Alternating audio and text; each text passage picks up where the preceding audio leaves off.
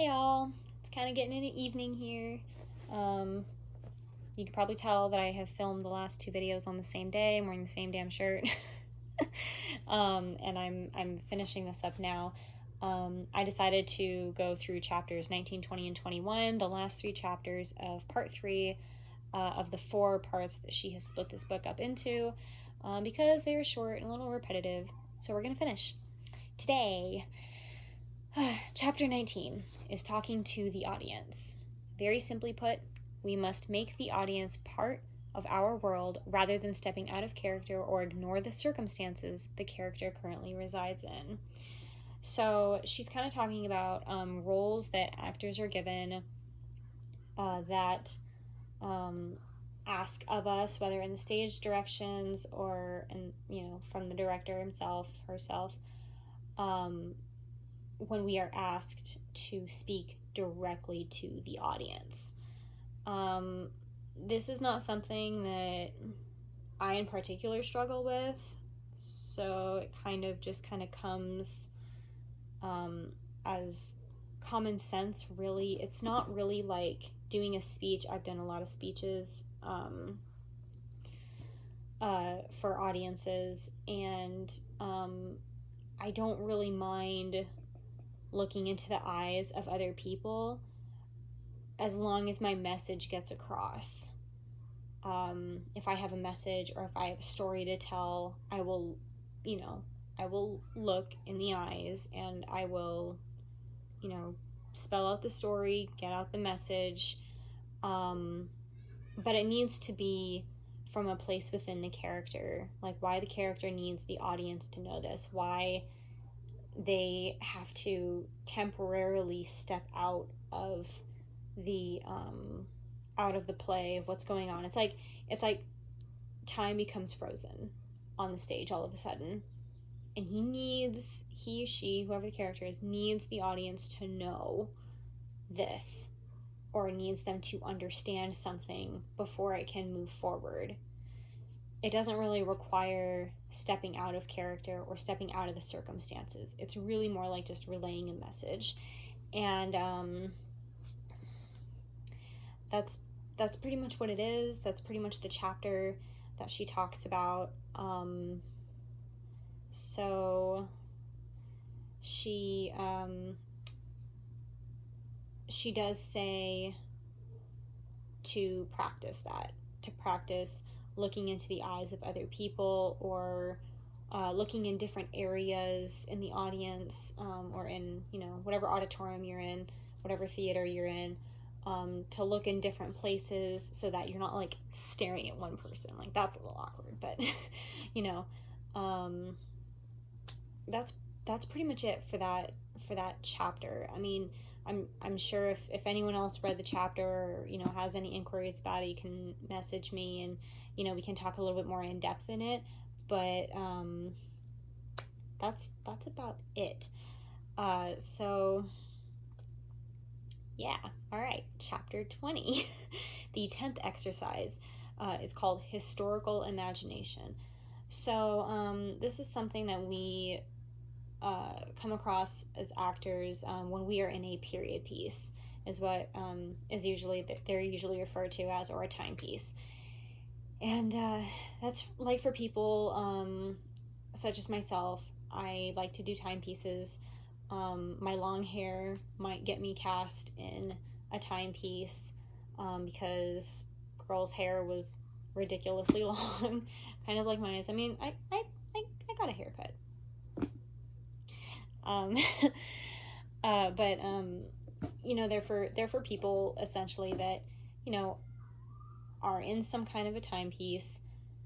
And historical imagination, basically what she's asking us to do is to live the life of somebody who lived in that time. So do your research, do your homework, kind of understand everybody's position, what was a woman's place like in 1800s Russia? What was a shoemaker's income, and how did he thrive off of that, in like 1600s London, like things like that, So I mean, there's a lot of different timepieces, and they fly around everywhere. There's a lot of work for them, uh, but the hardest part about it is that a lot of people seldom bring a lot of life to those characters. One of my favorite timepieces is Pride and Prejudice with Keira Knightley. She brings a lot of life to that character. She gets angry when she's supposed to. And I'm not saying to play emotion because that's not accurate either, but like she doesn't just do as she's told. I know I've played characters where it was supposed to be like 1950s, and I I kind of wish I did more with the character because I did what I was expected to be, like not not satisfying the director necessarily, but I kind of was just like, sit still, look pretty, that's it. Kind of a vibe. And the only thing that was bringing me life were my lines, but I shouldn't rely on my lines to give my character life. I should be doing that to the character already. I should have an opinion about things. I shouldn't just be like waiting until my line comes up, and then my line comes up and I suddenly have an emotion. Quite honestly, I kind of regret the way that I played that character. A lot of people thought I did really well, and I'm just like, no, I could have done more. I could have done way more than that, because that's how I personally envisioned a 1950s almost housewife. And that's not the way I roll in general. So it just shouldn't be the way that I really play any character, unless there's some kind of a break in that cycle, unless there's an arc in that. And anyways, but yeah, so the point is that even in timepieces, using historical imagination, you want to live the life, a daily life, a regular day life, of the person that you are going to be portraying. Not necessarily the character, but a person in general. Like imagining a person. Oh, you know what?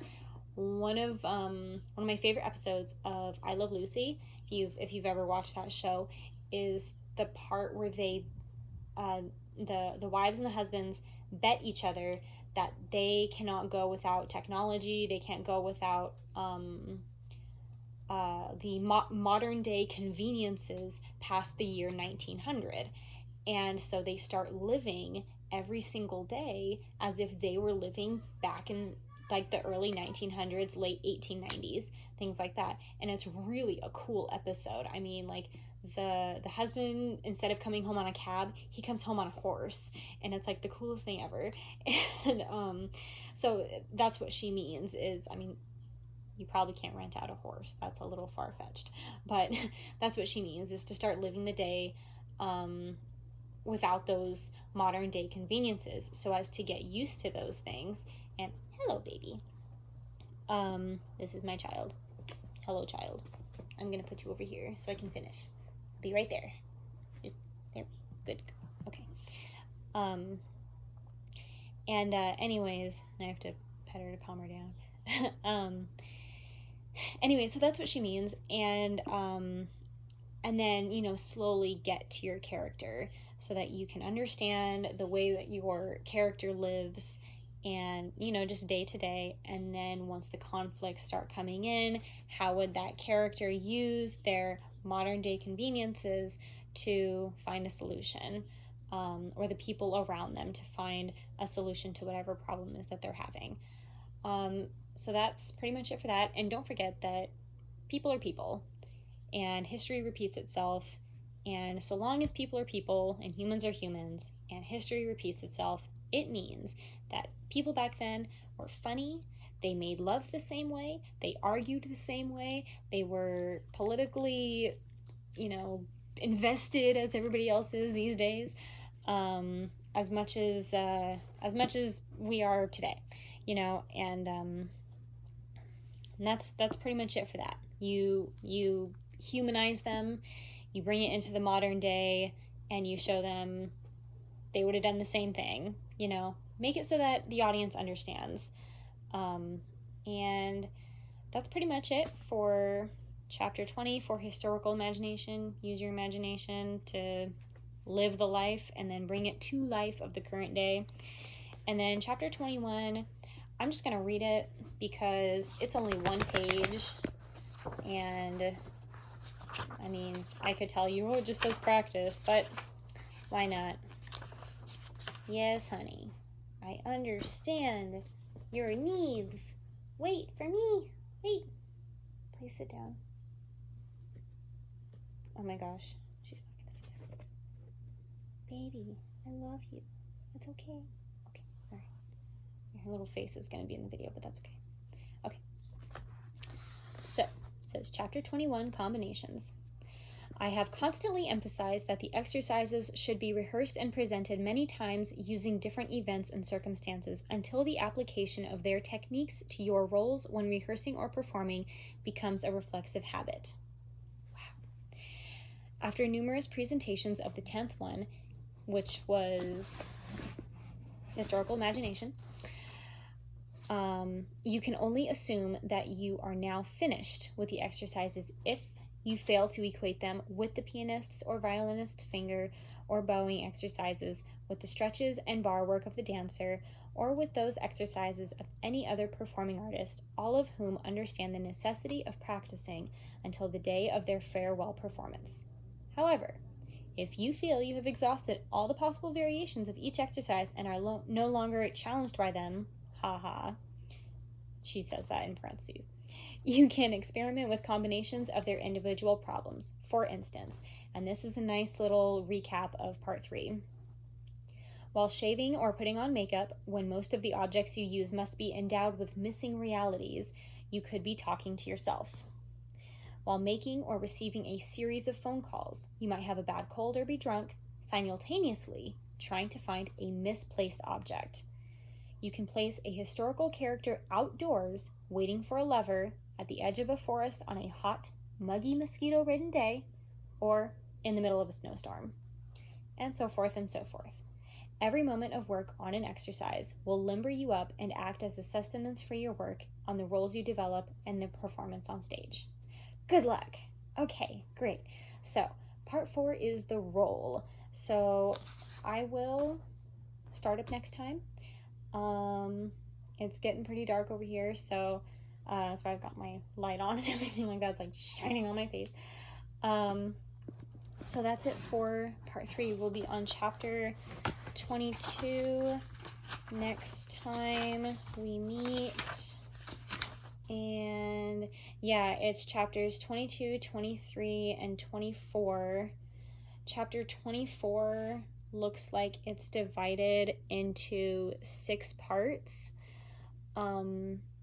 I think what I'm gonna do, well, I'm gonna read ahead of time and make a plan anyways, so okay, so that's it. So I hope you have enjoyed thus far, and I promise I'm going to continue pressing on. Okay, bye everybody.